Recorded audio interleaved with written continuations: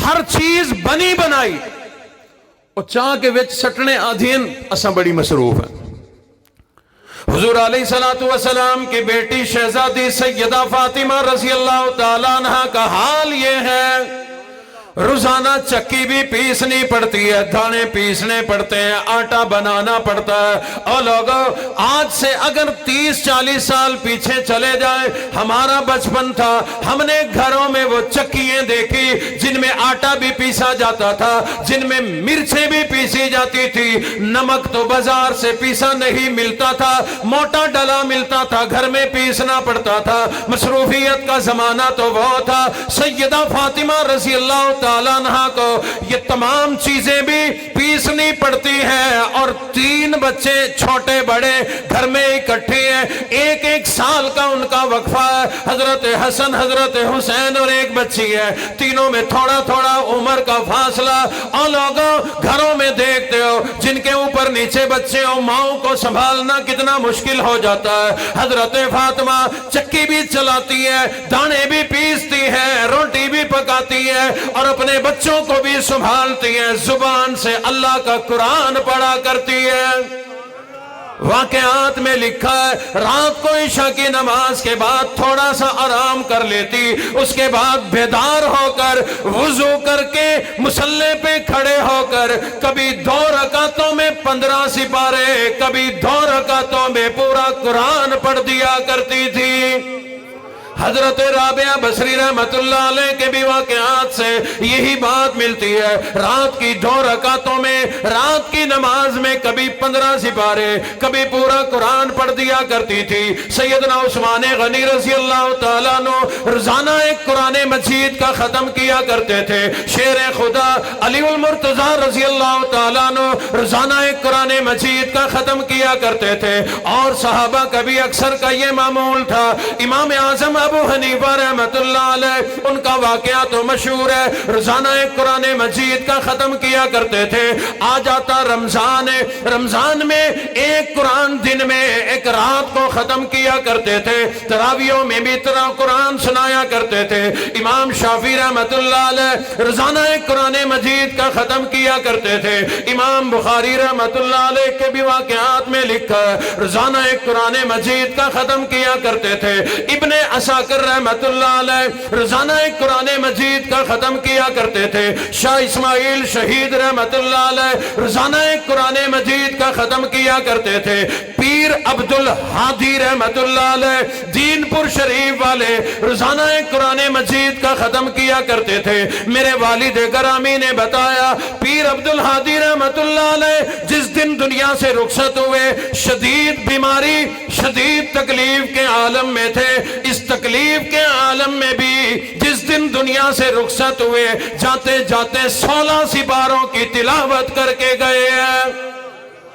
شیخ الحدیث مولانا زکریا کاندلی رحمت اللہ علیہ، ان کے دادا بھی دادی بھی دونوں قرآن کے حافظ اور حافظہ تھے، روزانہ ایک قرآن مجید کا ختم کیا کرتے تھے۔ شیخ الحدیث مولانا زکریا رحمت اللہ علیہ، ان کے واقعات میں لکھا ہے، رمضان المبارک میں خاص طور پر روزانہ ایک قرآن مجید کا ختم کیا کرتے تھے۔ ہمارے لیے تو یہ بڑا مشکل کام ہے، 1 سپارہ نہیں پڑھا جاتا، کس وقت پڑھیں، ٹائم کوئی نہیں۔ میرے محترم دوستوں، ہمارے لیے تو بڑی آسانی کا دور ہے، بڑی ہی آسانی موجود ہے، گرمی سردی کا انتظام موجود ہے، ہر چیز کی سہولت موجود ہے، پھر بھی قرآن نہیں پڑھا کر دے۔ میرے والد گرامی کے استاد محترم اور پیر و مرشد سید حسین احمد مدنی رحمت اللہ علیہ جیل میں ہے، جیل میں رہتے رہتے رمضان کا مہینہ قریب آ گیا، بڑے پریشان ہو گئے۔ قیدیوں کو کہتے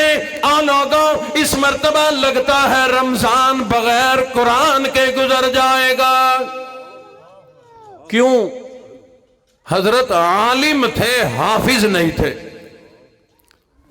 اور قیدیوں میں بھی کوئی حافظ کوئی نہیں۔ جب حافظ کوئی نہیں تو روتے، لوگوں اس مرتبہ رمضان لگتا ہے بغیر قرآن کے گزر جائے گا۔ یہ جنہیں قرآن سے محبت ہو ان کی باتیں ہیں۔ آپ دا رمضان نیڑے آندا پہ نا، بندے ہونے نال مشورے کریں دے ودن بھی جڑا کاری ایویں شالیمار تو بھی تیز ہوئے کتھا پڑھیں دے، 20 منٹ ساکو آکھے ونجو بھی چھٹی۔ حضرت مدنی فرماتے ہیں اس مرتبہ رمضان بغیر قرآن کے گزرے گا۔ رمضان کا مہینہ بالکل قریب آ گیا، ذرا جرت کی ایک سپارہ یاد کر لیا۔ اللہ کی شان، اگلے روز رمضان کا چاند نظر آ گیا، رات کو کھڑے ہو کے ایک سپارے سے تراویحیں سنا دی قیدیوں کو، خوش ہوئے، اللہ سے دعا کی مولا جہاں اتنی ہمت دی اور دے۔ دوسرا دن آیا تو دوسرا سپارہ یاد کر لیا، رات کو تراویحوں میں سنا دیا۔ تیسرے دن تیسرا سپارہ یاد کیا، رات کو سنا دیا۔ یہی سلسلہ چلتا رہا۔ حضرت مدنی خود لکھتے ہیں میرے اللہ کی مہربانی ہوئی، یہ سلسلہ چلتا رہا۔ ادھر رمضان ختم ہوا، ادھر مدنی کا قرآن ختم ہو گیا۔ ہم لوگ آسانیوں میں نہیں پڑھا کرتے، لوگ مشکلوں میں قرآن مجید پڑھا کرتے ہیں۔ اور میرے محترم دوستو تمہیں کیا بتلاؤں، مولانا اعظم طارق شہید رحمت اللہ علیہ 108 دن جیل کی کال کوٹڑی میں رہ کر باہر آئے۔ بڑی مشکلوں والی وہ زندگی تھی، ان کے 108 جو دن گزرے، فرمایا کرتے تھے ہمیں ایسی اندھیری کوٹڑی میں رکھا گیا جس میں ہمیں دن اور رات کا پتہ نہیں لگتا تھا، سورج نہیں نظر آیا کرتا تھا۔ اتنی مشقت والے یہ دن گزرے، اللہ نے رہائی عطا فرمائی۔ جب رہا ہو کر باہر آئے، کارکن استقبال کے لیے آ گئے۔ لوگوں نے کہا او اللہ والے ذرا بتلاؤ تو صحیح، ہمیں پتا چلا بڑی مشکل میں زندگی گزار کے آئے۔ فرمانے لگے نہیں الحمدللہ جو اس مرتبہ مزہ آیا وہ پہلے کبھی نہیں آیا۔ لوگوں نے کہا حضرت جیل کال کوٹڑی اور مزہ، فرمایا ہاں بڑا مزہ ہے۔ حضرت کیسے؟ فرمایا تمہیں پتا ہے میں 108 دن جیل میں رہ کے آیا۔ لوگوں نے کہا بالکل ایسی بات ہے۔ فرمانے لگے ان 108 دنوں میں میں نے اللہ کو 108 قرآن سنا دیے۔ میں روزانہ ایک قرآن مجید کا ختم کیا کرتا تھا۔ میرے محترم دوستوں بتانا اور سمجھانا یہ چاہتا ہوں ہم خود بھی قرآن والے بنے، اپنی اولادوں کو بھی قرآن والا بنائے، اپنے گھر والوں کو بھی قرآن والا بنائے۔ جسے ناظرہ پڑھنا آتا ہے وہ بھی روزانہ پڑھے، حافظ پہ تو لازم ہے روزانہ پڑھنا۔ پڑھیں گے، سارے پڑھیں گے، تھوڑا زیادہ جتنی میرا اللہ توفیق دے پابندی کے ساتھ پڑھنا ہے۔ جیسے نماز پابندی کے ساتھ، اسی طرح قرآن بھی پابندی کے ساتھ۔ قرآن سے اگر محبت کریں گے نا، قرآن سے محبت، ایک جملہ دینے لگا ہوں یاد رکھنا، دل کی تختی پہ لکھ کے لے جانا۔ جس آدمی کے دل میں قرآن اور قرآن والے سے سچی محبت ہو، کوئی بھی آدمی ہو، قرآن اور قرآن والے سے سچی دل میں محبت ہو، فرمایا کہ وہ آدمی کبھی گمراہ نہیں ہوگا۔ صرف محبت سے اتنا بڑا نفع ہے تو قرآن پڑھنے سے کتنا نفع ملے گا، قرآن والوں سے محبت کرنے سے کتنا نفع ملے گا، مدارس سے محبت کرنے سے کتنا نفع ملے گا، مدارس کی خدمت کرنے سے کتنا نفع ملے گا، مدارس کی ضروریات پوری کرنے سے کتنا نفع ملے گا۔